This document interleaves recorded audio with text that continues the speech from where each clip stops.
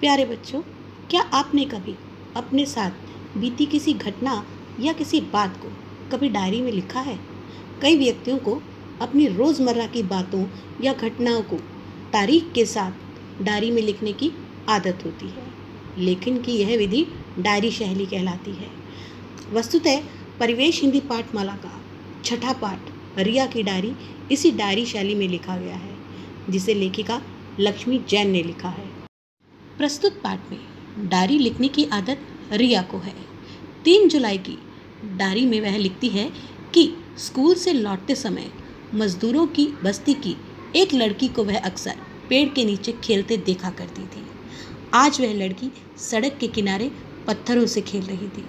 रिया लिखती है कि जब उस लड़की से उसकी नज़र टकराई तो उसके चेहरे पर हल्की सी मुस्कान आ गई। वह झेंपते हुए उससे नज़रें घुमा लेती है और कंधे पर अपना बैग उठाए घर की ओर बढ़ने लगती है।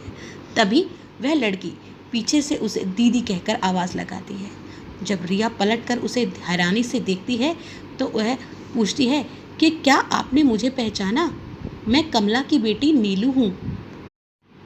तभी रिया मन ही मन सोचती है, लगती तो कमला जैसी ही है, और फिर पूछती है कि तुमने मुझे कब देखा? मैं तो तुम्हें नहीं जानती।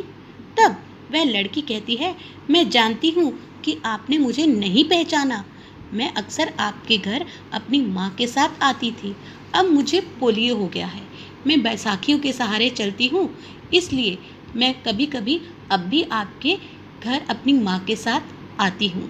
रिया लिखती है कि उस लड़की ने मैले कुचैले कपड़े पहने थे, इसलिए वह नहीं चाहती थी कि स्कूल के बच्चे उस लड़की के साथ उसे बातें करते हुए देखें। इसलिए वह उससे झेप कर कहती है, मैं चलती हूँ, मुझे ज़रा जल्दी है। लेकिन घर आने के बाद वह बार बार नीलू के बारे में सोचती रहती है और उसे नीलू का चेहरा याद आता रहता है।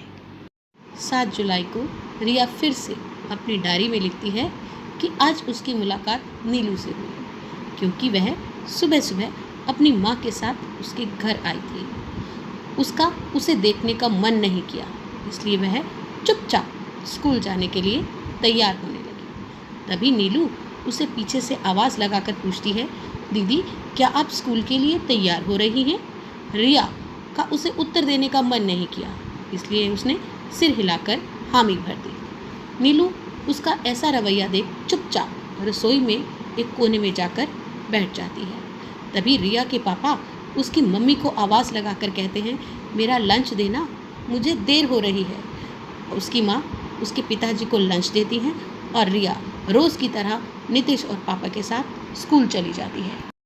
8 जुलाई को रिया फिर से डायरी लिखती है। वह लिखती है कि आज शाम के समय नीलू उसकी माँ के साथ उसके घर आई। तभी नीलू ने उससे आकर कहा, दीदी क्या आप मुझे पढ़ाओगी?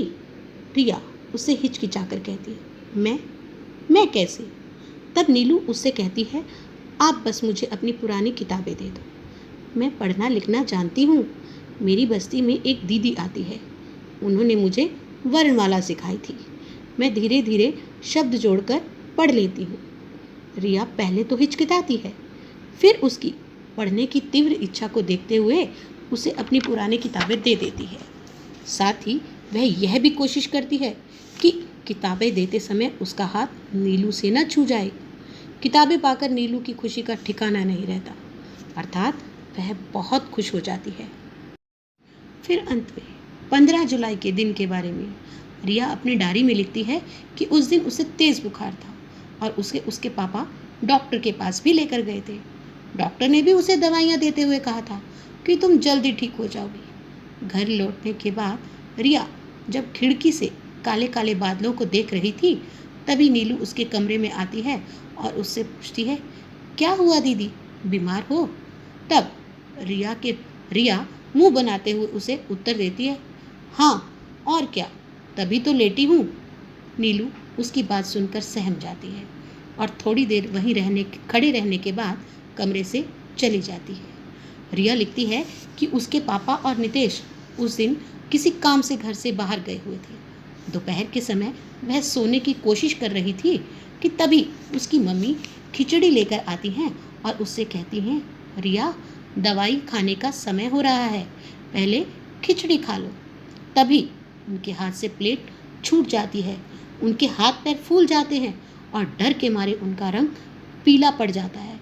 मैं नजरें गड़ाए एक ही जगह देख रही थी। जब रिया उस तरफ नजर घुमाकर देखती है जिस तरफ उसकी माँ देख रही थी, वह देख तब पाती है कि उसके बिस्तर पर एक सांप फन उठाए बैठा था। उसे देख रिया की भी गिग्गी बन जाती है। तभी नीलू कमरे में आती है और पास पड़े तौलिए को उठाकर जल्दी से सांप के फन के ऊपर डाल देती है और ज़ोर ज़ोर से लोगों को आवाज़ें लगाने लगती है, सांप सांप बचाओ बचाओ। उसी समय सपेरा सांप को ढूंढता हुआ वहां आता है और नीलू की आवाज़ सुनकर कमरे में आकर सांप को पकड़कर ले जाता है। तभी सभी नीलू की बहादुरी के लिए तालियां बजा रहे थे। रिया लिखती है कि वह कांपते हुए कदमों से नीलू के पास पहुंचती है और उसे गले से लगा लेती है। उस समय उसकी आंखों से आंसू बह रहे। अब रिया को नीलू की गंदगी और बदबू के कारण उससे नफरत नहीं हो रही थी, बल्कि अब वह उसकी आत्मा की शुद्धता और बहादुरी को पहचान गई थी और उसका सम्मान करने लगी थी, जिस कारण उसकी आंखों से आंसू बह रहे थे। तो देखा बच्चों, इस कहानी से हमें शिक्षा मिलती है कि एक व्यक्ति की पहचान उसके कपड़ों से नहीं, बल्कि उसकी आत्मा की शुद्धता, उसके कर्मों से होती है, उसकी अच्छाइयों से की जाती है, ना कि उसके बाहरी रूप से या उसके कपड़ों से। विद्यार्थियों, दिए गए पाठ का अध्ययन करने के उपरांत अभ्यास कार्य को करने का प्रयत्न करें। साथ ही उत्तर पुस्तिका में भी दिए गए शब्दों के अर्थ लिखकर वाक्य बनाएं। धन्यवाद।